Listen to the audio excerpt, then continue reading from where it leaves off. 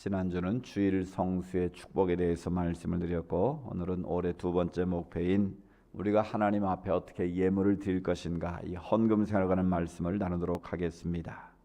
이렇게 드리라는 제목으로 은혜를 나눕니다. 이 포르투갈 격언에 돈은 모든 것을 측량하는 척도다라는 말이 있습니다. 이 모든 세상의 기준이 있는데 기본적인 기준이 되는 것이 이 돈이다라는 거예요. 또 영국 격언에도 보면 돈을 들고 문을 놓고 하면 문은 저절로 열린다라는 말이 있습니다. 그러니까 돈이 있으면 모든 문제가 풀려지게 되어 있다라는 것이죠. 그만큼 돈의 위력이 대단하다라는 것을 표현한 격언들이 되겠습니다. 영국의 윈스턴 처칠이라는 전 세계를 상대로 연설을 하기 위해서 BBC 방송국으로 가기 위해 택시를 탔답니다. 당시에 영국의 국회의원들은 이 자격이 없는 사람들도 많이 있었기 때문에 이제 택시를 타고 방송으로 가자고 그랬더니 이 택시 운전수가 지금 이 시간에는 거기까지 갈 수 없습니다. 오늘은 우리가 존경하는 처칠 경이 전 세계를 상대로 중요한 연설을 하는 날이기 때문에 제가 그 연설을 들어야 돼서 갈 수가 없습니다. 이 처칠이 기분이 좋았습니다. 그래도 자기는 연설을 하러 가야 될 당사자니까 자기 신분을 감추고 그래도 내가 꼭 중요한 일이 있어서 가야 되니까 갑시다. 그러니까 안 된다는 거예요. 그래서 처칠이 그러면 내가 따따블로 줄 테니까 갑시다. 물론 영국말에 따따블은 없지만 2배로 줄 테니 갑시다. 그랬더니 택시 운전수가 얼른 하는 말이 까짓거 갑시다. 처칠인지 개떡인지 우선 돈이나 벌고 봅시다. 그러더라는 거예요. 그래서 갑자기 처칠이 개떡이 되고 말았다는 것이죠. 무슨 말이겠습니까? 돈 앞에서는 사람의 마음이 움직이기 쉽다라는 것을 보여주는 것이죠. 그래서 이 돈이라는 것은 바르게 벌어서 바르게 쓰면 우리 인생에 유익하고 정말 하나님의 선한 사업에 힘쓰는 좋은 도구가 되지만 이 돈을 버는 과정이 잘못되고 또 돈을 많이 벌었어도 그것을 바르게 쓰지 못하면 인생을 망가뜨리는 독이 될 수도 있다라는 것이죠. 실제로 우리 인생에 있어서 특별히 우리가 살고 있는 이 자본주의 구조는 돈이 얼마나 중요한 것인가를 우리는 깨닫습니다. 그래서 오죽하면 죄를 지어도 돈이 있으면 무죄가 되고 돈이 없으면 죄가 없는데도 유죄가 된다. 유전무죄, 무전유죄라는 말까지 생기지 않았습니까? 근데 중요한 것은 이 돈을 하나님 앞에서 바르게 선용하는 지혜가 있어야 한다라는 거예요. 그래서 디모데전서 6장 10절에 보면 돈을 사랑함이 일만 악의 뿌리가 된다 그랬어요. 돈을 어떻게 하는 것? 사랑하는 것이. 여러분, 돈은 사랑의 대상이 결코 아니라는 것을 기억하셔야 됩니다. 돈이 우리 인생의 중심이 되면 그 인생은 악한 일로 빠지게 된다라는 거예요. 자기를 찔러 근심 가운데 빠지게 한다라고 계속해서 성경은 강조하고 있습니다. 이 사람이 돈 하면 돌게 되어 있습니다. 이 돈을 우리가 바르게 벌고 바르게 쓸 때만 그 인생이 의미 있는 인생으로 살아갈 수 있다라는 거예요. 따라서 우리가 열심히 일을 해서 바르게 돈을 버는 것 중요하고요. 또 그 돈을 하나님 앞에서 바르게 쓰는 것은 더 중요하다라는 것을 깨닫게 됩니다. 성경은 말합니다. 우리가 하나님과 재물을 겸하여 섬길 수는 없다 말합니다. 이 시대의 우상은 만몬, 돈입니다. 돈의 위력을 우리는 알기 때문에 돈을 숭배하는 자들도 있고 돈을 사랑하는 자들도 많습니다. 그러나 적어도 예수를 그리스도로 믿는 예수님이 내 인생의 주인 되심을 고백하는 자들은 하나님과 재물을 같이 섬길 수는 없다라는 겁니다. 우선순위를 바르게 정해야 된다라는 거예요. 한 분이 열심히 일을 해서 돈을 많이 벌었답니다. 아내가 예수를 먼저 믿고 열심히 전도를 해서 교회에 나오게 되었어요. 어느 날 이 남자분이 목사님을 찾아와서 묻더랍니다. 목사님, 예수를 믿는 것은 좋은데 돈이 좀 들겠죠? 예수 믿으려면 돈이 얼마나 듭니까? 담배 한 갑 주면 됩니까? 이렇게 묻더라는 거예요. 그래서 목사님 웃으면서 헌금은 자기 믿음대로 하니까 담배 한 갑만큼의 믿음이면 그만큼 하시면 됩니다. 이 사람이 아주 기쁨으로 돌아가더라는 거예요. 그런데 이분이 이제 예수님을 믿고 신앙이 깊어지니까 이제 담배를 끊고 담배값으로 헌금을 하더니 이제 점점 신앙의 재미를 알아가면서 술을 끊고 술값을 또 헌금으로 드리기 시작하더라는 거예요. 그 다음에 점점 더 신앙의 깊이가 더해가면 더해갈수록 자기가 세상의 오락과 세상껏 즐겼던 것을 다 끊고 헌금의 액수가 점점 많아지고 마침내는 그 교회 헌금을 제일 많이 드리는 분이 되더라는 거예요. 그래서 어느 날 목사님이 물었다는 거예요. 집사님, 요즘 예수님 믿는데 돈 얼마나 듭니까? 그렇게 물었더니 그 집사님이 하는 말이 요즘 저는 비싼 예수님을 믿고 있습니다. 아주 값비싼 예수를 믿고 있죠. 왜냐하면 그분은 내 인생의 그 어떤 것보다 비교할 수 없을 만큼 아주 귀하고 소중한 분이시기 때문입니다. 그러더라는 거예요. 그렇습니다. 우리가 믿는 예수 그리스도, 우리가 믿고 있는 여호와 하나님은 이 세상 무엇과 비교할 수도 없고 바꿀 수도 없는 가장 귀한 분입니다. 가장 고귀하고 가장 위대한 분이십니다.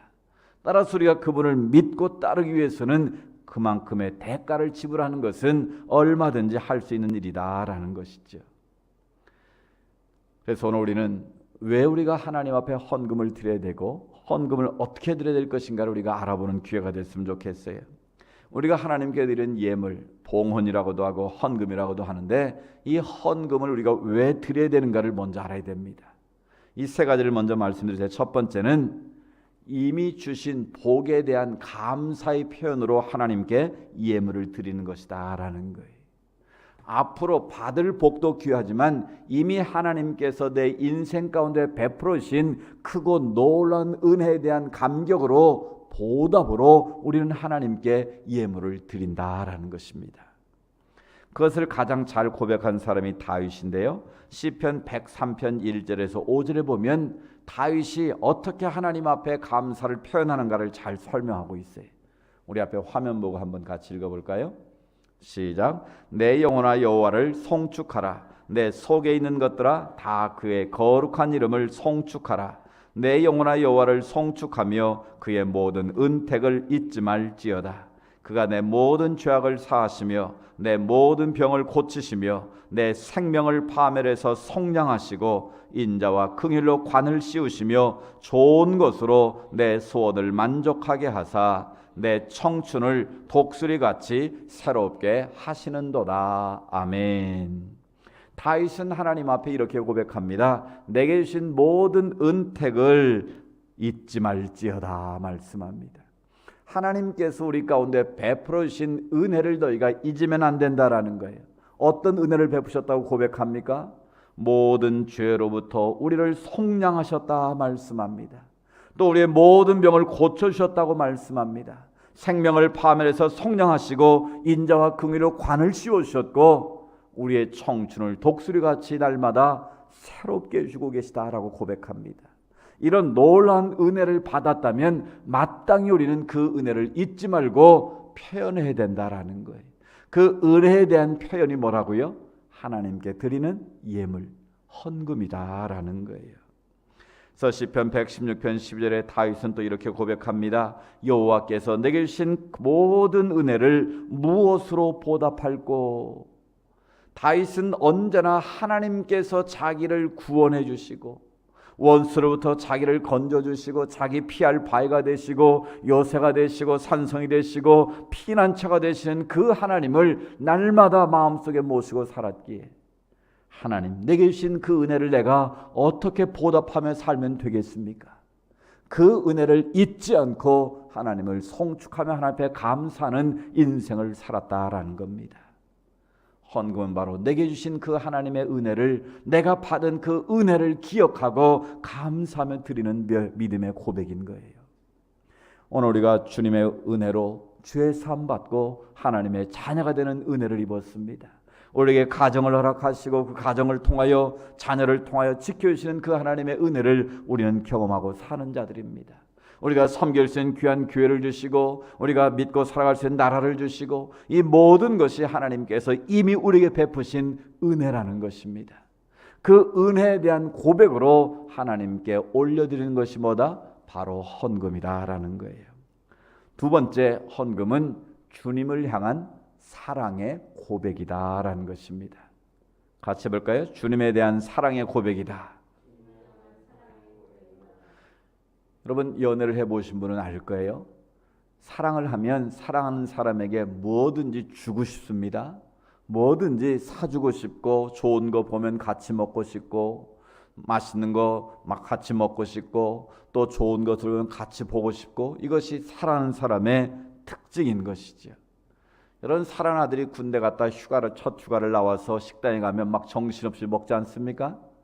그때 부모로서 잘 먹는 게 이쁘지, 아이고 그만 좀 먹어라 이놈아, 돈 아깝다, 그런 분이 있습니까? 사랑하면 사랑할수록 아낌없이 주고 싶은 것이 우리 인간의 마음이고 하나님 아버지의 마음이기도 하다라는 거예요. 하나님께서 우리를 사랑하시되 끝까지 사랑해 주셨습니다. 자기 아들 예수 그리스도를 십자가에 달려 죽게 하실 만큼 우리를 사랑하셔서 우리를 하나님의 자녀로 삼아 주셨습니다. 그런 우리는 엄청난 하나님의 은혜와 사랑을 받은 자들이라는 거예요. 우리가 그럼 하나님을 사랑한다면 하나님께 드리는 것이 아깝습니까? 하나님께 드리는 시간이 여러분 아까우십니까? 하나님을 위해서 봉사하는 것이 아까우십니까? 하나님을 위해서 드린 예물이 아까우십니까? 그 아까운 마음이 든다는 것은 하나님을 그만큼 사랑하지 않는다는 거예요. 그만큼 하나님의 교회를 사랑하지 않는다는 증거일 수 있다라는 거예요. 여러분, 아브라함을 보십시오. 100세 난 아들 이삭을 하나님께서 바치라 명했을 때에 아브라함이 아들을 사랑하지 않아서 그냥 덥석 바친 것이겠습니까? 눈에 넣어도 아프지 않은 아들이지만 하나님을 더 사랑했기 때문에, 하나님이 필요로 하시고 하나님이 기뻐 받으시기를 원하신다면 하나님은 그 사랑의 고백으로 그 아들 독자 이삭을 하나님께 올려드린 것 아니겠습니까? 그때 창세기 20장에 하나님 뭐라고 말씀하시죠? 대신 예물을 예비하시고 여호와 이레의 은총을 베푸셨을 뿐만 아니라 더 귀한 것은 아브라함아 아브라함아, 이제야 네가 네 아들 독자 이삭보다 나를 더 사랑하는 줄 알았다라고 하나님이 기뻐하시는 모습입니다. 아브라함 비록 100세에 난 아들이지만 그 아들보다 하나님을 더 사랑했기에 그 아들까지 올려드릴 수 있는 믿음이 있었다는 거예요. 오늘 우리가 정말 하나님을 사랑하고 주님을 사랑한다면 그 사랑의 표현으로 하나님께 드리는 사랑의 고백이 바로 예물임을 다시 한번 기억하시기 바랍니다. 우리가 주님을 사랑하는 그 마음으로 하나님 앞에 나의 마음을 드리고 예물을 드리고 시간을 드리고 나의 모든 은사를 드릴 때에 하나님이 기뻐 받으실 줄로 믿습니다. 세 번째로, 헌물은 내 모든 것의 주인 되심을 인정하고 고백하는 표현이다라는 거예요. 그럼 전에 시골 가면 남의 논이나 밭을 빌려서 소작을 하는 분들이 있지 않습니까? 1년 동안 열심히 농사를 지어서 그 소작의 일정 부분을 주인에게 갖다 바칩니다. 주인은 아무 일도 하지 않았는데 왜 그 소작을 갖다 드리는 겁니까? 그 땅의 주인은 바로 자기가 아니라 그 주인임을 알기 때문에 그런 거예요. 마찬가지, 우리 인생 가운데 내 인생의 주인은 내가 아니라 하나님이시라는 것을 우리는 고백하는 자들입니다. 내 인생의 주인은 내가 아니라 내 속에 계신 주님을 인정하는 자들이 바로 예수를 그리스도로 주로 고백하는 자들 아니겠습니까? 우리가 하나님 앞에 예물 가운데 11조를 드린다는 것은 바로 그 정신이 담겨 있는 거예요. 내게 주신 모든 것이 다 하나님의 것인데 하나님께서는 그 믿음의 표현을 보기를 원하신 거예요. 100이면 100 다 하나님 것인데 그 100을 하나님께 우리에게 맡기셨다는 거예요. 하나님의 선한 청기로 바르게 선하게 하나님의 나라와 영광에서 쓰라고 우리에게 100을 맡겨주셨는데 그것을 인정하는 믿음의 표현으로 10분의 1을 거룩하게 구별해서 하나님께 드리라는 거예요. 그러니까 그 하나님의 것을 하나님의 것으로 인정하는 그 고백이 바로 뭐다? 11조 예물이다라는 거예요. 그래서 하나님께서는 분명히 이렇게 말씀하시죠. 말라기 3장 7절 8절 말씀인데 우리가 제 앞에 화면 보고 읽어보실까요? 말라기 3장 7절 8절 시작. 만군의 여호와가 이르노라 너희 조상들의 날로부터 너희가 나의 규례를 떠나 지키지 아니하였도다. 그런즉 내게로 돌아오라. 그리하면 나도 너희에게로 돌아가리라 하였더니 너희가 이르기를 우리가 어떻게 하여야 돌아가리까 하는도다. 사람이 어찌 하나님의 것을 도둑질하겠느냐? 그러나 너희는 나의 것을 도둑질하고도 말하기를 우리가 어떻게 주의 것을 도둑질하였나이까 하는도다. 이는 곧 11조와 봉헌물이라. 아멘. 지금 하나님의 백성들이 하나님의 품을 따라 패역한 길로 걸어갔는데 하나님께서 내게로 돌아오라 그러면 내가 너희에게로 돌아가리라. 그 말은 너희가 내게로 전심으로 회개하고 돌이키면 내가 너희들을 받아주겠다라는 말씀이에요. 그랬더니 백성들이 그럼 우리가 어떻게 돌아가면 됩니까? 라고 하나님께 질문했더니 하나님이 말씀하시기를 너희가 어찌해서 하나님의 것을 도둑질하였느냐 말씀하십니다. 너희는 나의 것을 도둑질하고도 말하기를 우리가 어떻게 주의 것을 도둑질하였습니까? 도둑질하고도 도둑질이 무언가를 모르고 있었다는 거예요. 그런데 하나님이 구체적으로 말씀하시죠. 너희가 도둑질한 것 곧 11조와 나에게 드릴 헌금이다. 봉헌물이다 말씀하십니다. 그러니까 11조를 드리지 않고 봉헌을 하나님께 드리지 않는 것은 하나님의 것을 뭐 하는 거다? 결국 도둑질하는 결과다라는 것이에요. 즉 하나님께서 우리에게 요구하시는 11조는 하나님이 돈이 필요해서 그걸 요구하시는 것이 아니라 우리가 예수 그리스도를 주로 고백하는 하나님의 백성으로서 하나님의 것을 하나님의 것으로 인정하는 믿음의 표현이 바로 11조다라는 거예요. 그래서 너희가 11조와 헌물을 하나님께 드리는 것이 내게 돌아올 수 있는 방법이다라는 거예요. 결국 그것이 하나님께 회복되지 않으면 온전히 하나님께로 나아가는 길이 막힐 수 있다라는 것을 말씀하고 계신 것이죠. 미국의 한 교회에서 세례식을 베푸는데 아마 거기는 침례를 행했던 것 같습니다. 물에다 완전히 담궜다가 이제 꺼내는 게 바로 예수 명하신 요단강의 침례 아니겠습니까? 한 청년이 갑자기 물에 확 담그려고 그러는데 목사님 잠깐만 하더래요. 왜 그렇습니까? 형제님 그랬더니 목사님 제 주머니에 지갑이 있는데 그걸 좀 빼놓지 못했습니다. 그걸 빼놓고 침례를 받겠습니다. 그랬더니 목사님이 형제요 그럴 필요 없습니다. 당신의 지갑도 세례를 받아야 온전한 세례가 되는 것입니다. 그렇습니다. 내 지갑이 세례를 같이 받아야 된다라는 거예요.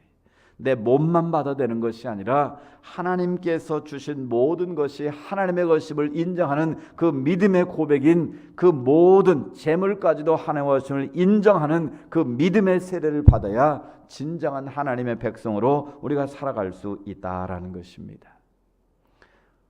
어떻게 우리가 예물을 드려야 될까요? 오늘 성경은 5가지 우리에게 말씀합니다. 짧게 말씀드리겠습니다. 첫 번째 헌금은 어떻게 드려야 되는가? 주일날 드리라고 말씀하십니다. 고린도전서 16장 2절 말씀 한번 우리 앞에 읽어볼까요? 고린도전서 16장 2절에 보면 성도를 위하여는 연보에 관하여는 내가 갈라디아 교회들에게 명한 것 같이 너희도 그렇게 하라. 매주 첫날에 너희 각 사람이 수입에 따라 모아두어 내가 갈 때 연보를 하지 않게 하라. 아멘. 이 상황은 지금 예루살렘 교회가 흉년이 들었을 때 마게도냐에 있는 교회들이 고린도에 있는 교회가 헌금을 모아가지고 지금 드리려고 하는 그 상황 속에서 바울이 그 장에서 주는 권면의 말씀이에요. 매주 첫날에 그랬어요. 매주 첫날이 언제일까요? 일주일의 첫날은 바로 주일이죠. 주일날 너희가 구별해서 하나님께 예물을 드려라라는 거예요. 물론 우리가 주일 오후 창 예배 때도 드릴 수 있고 새벽 예배 때 드릴 수 있고 수예배 때 드릴 수 있습니다. 우리가 1,000번제는 매일매일 드리니까 언제나 드릴 수 있지만 가장 중요한 중심은 헌물은 주일날 주님 앞에 나와 우리의 마음과 정성을 다하여 구별해 드리는 것이 원칙이다라는 것을 우리에게 가르쳐주고 있습니다. 두 번째, 어떻게 드려야 되는가? 자기 경제 수준에 맞게 드리라는 거예요.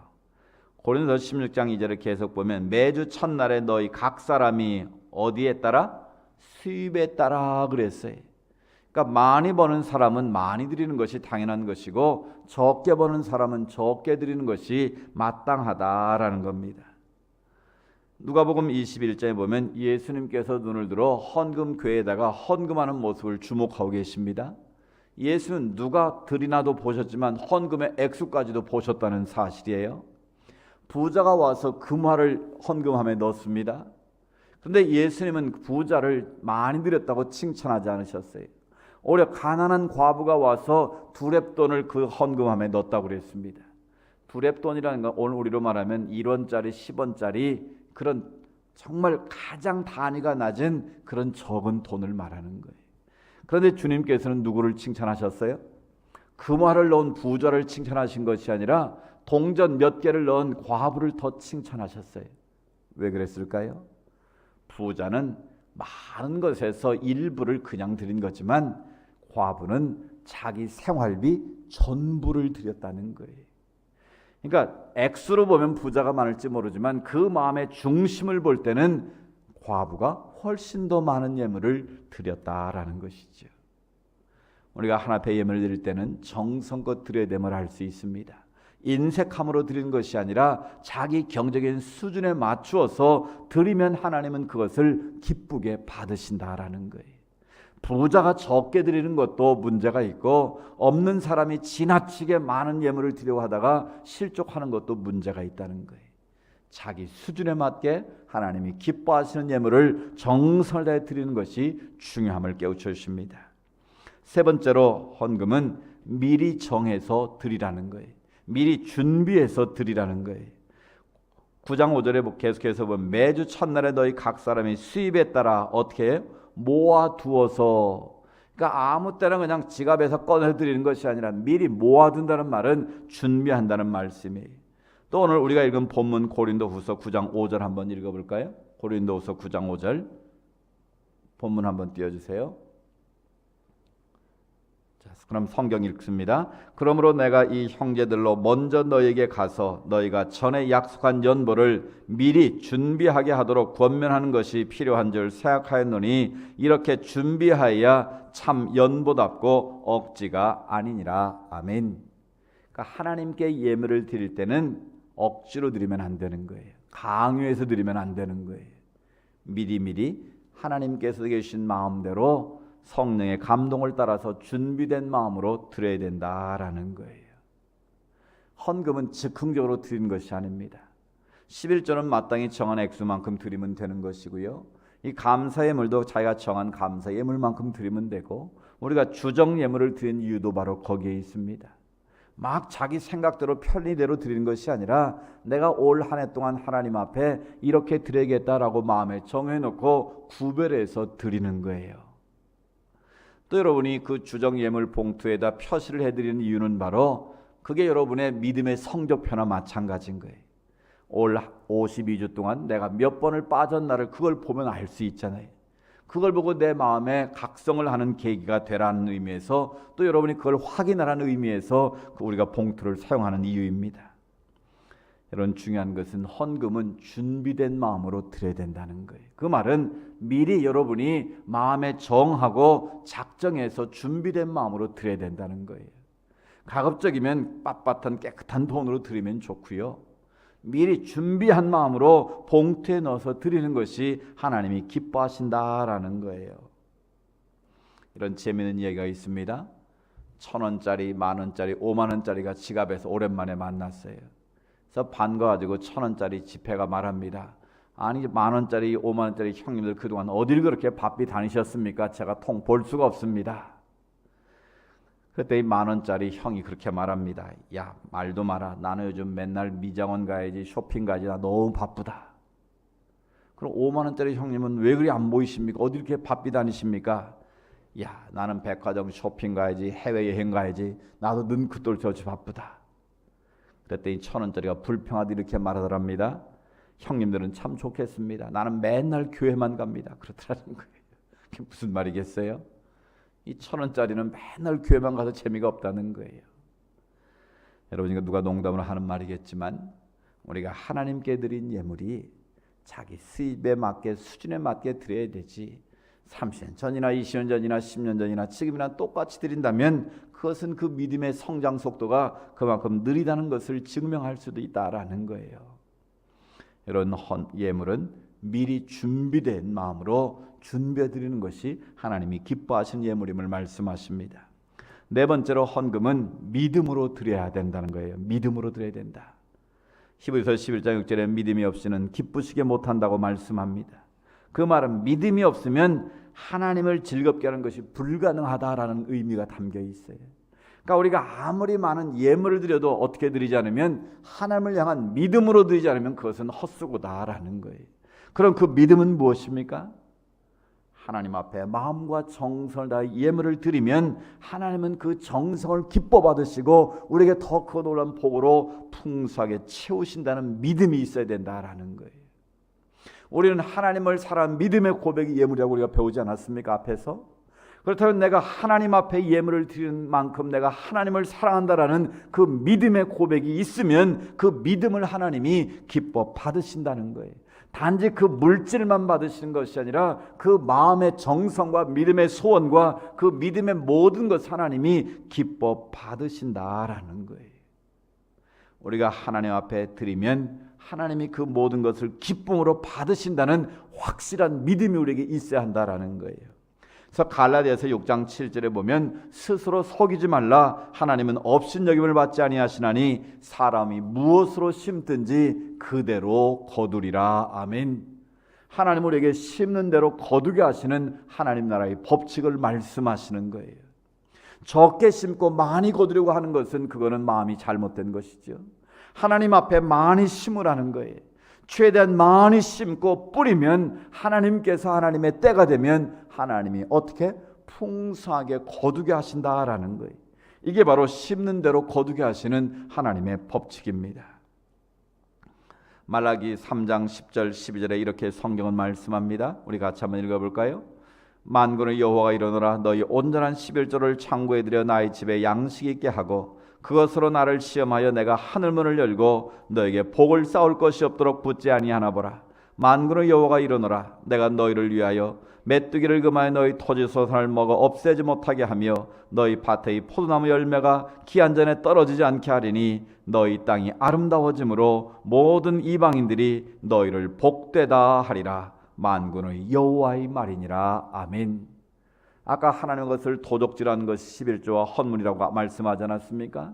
그 하나님이 지금 계속 말씀하시는 거예요. 너희가 나를 시험하여 하늘문을 열고 너에게 복을 쌓을 것이 없도록 붙지 아니하나 한번 하나님을 테스트해 보라는 거예요. 너희가 정말 온전한 11조를 드리고 온전한 예물을 드리고 하나님의 복을 주는지 안 주는지 한번 시험해 보라는 거예요.